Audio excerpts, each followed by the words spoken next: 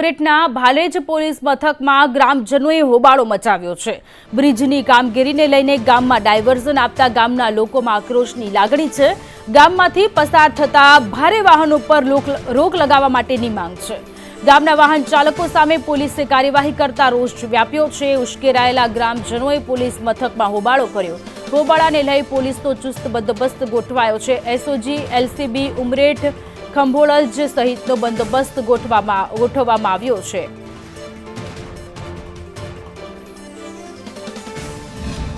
ટ્રાફિકની સમસ્યા એટલી વિશાળ છે। અહીં આગળ કઈ વાર રજૂઆત લેખિતમાં સરપંચશ્રીએ, સભ્યશ્રીએ, ડેરીના સેક્રેટરીશ્રીએ અને ડેપ્યુટી સરપંચશ્રીએ કઈ વાર રજૂઆત કરેલી છે। यहाँ પણ કરેલી છે। ડીવાયએસપી સાહેબને ખાલી રજૂઆત નથી, એસપીમાં થયેલી છે અને કલેક્ટર સાહેબને બી આ રજૂઆત થયેલી છે। તે છતાં ગામની અંદર અત્યારે કાલનો જ બનાવ છે। 9 વાગે અમે બેઠા હતા।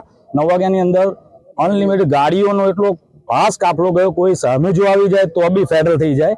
એવા સંજોગોની અંદર પીએસઆઈ સાહેબ ગામની અંદર આવ્યા તો એમને એમની કામગીરી કરી, યોગ્ય જ કામગીરી કરી। પ્રજાને કહેવું એટલું જ છે કે તમે કામગીરી વ્યવસ્થિત કરી છે તો પછી ડાયવર્ઝનનું બી કંઈ કરો। ગામમાં જે ટ્રાફિકનો ઇસ્યુ છે જલ્દી નિરાકરણ લઈ આલે તો સારી વસ્તુ છે।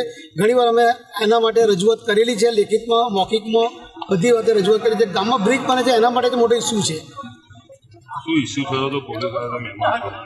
એટલે એમના જે કામગીરી હોય તો કરે, એને નો ડાઉટ સારી જ વસ્તુ છે। એ અમારા માટે સારું છે અને પબ્લિક માટે સારું છે। જે ઇસ્યુ છે એ ટ્રાફિક નિયમ હોય કે કોઈની બાઇક રસ્તા હોય કે નેગેટિવ હોય તે સારી વસ્તુ છે। અમે એમને સપોર્ટ કરીએ એના માટે। તો ગ્રામજનોનું કહેવું એટલું જ હતું કે ઘણા ટાઈમથી જે ટ્રાફિકનું નિરાકરણ આવ્યું નથી, એના માટે અત્યારે જે ગામમાં ઇસ્યુ બને છે ગામના લોકો માટે, તો એ લોકો માટે અમે આવ્યા છે કે આ ટ્રાફિક જે બહારનું આટલા ટાઈમથી બંધ થતું નથી, એટલા માટે પબ્લિકે રજૂઆત કરી કે તમે જે બહારવાળાને બંધ નથી કરતા, ગામ પર હેરાન થાય છે।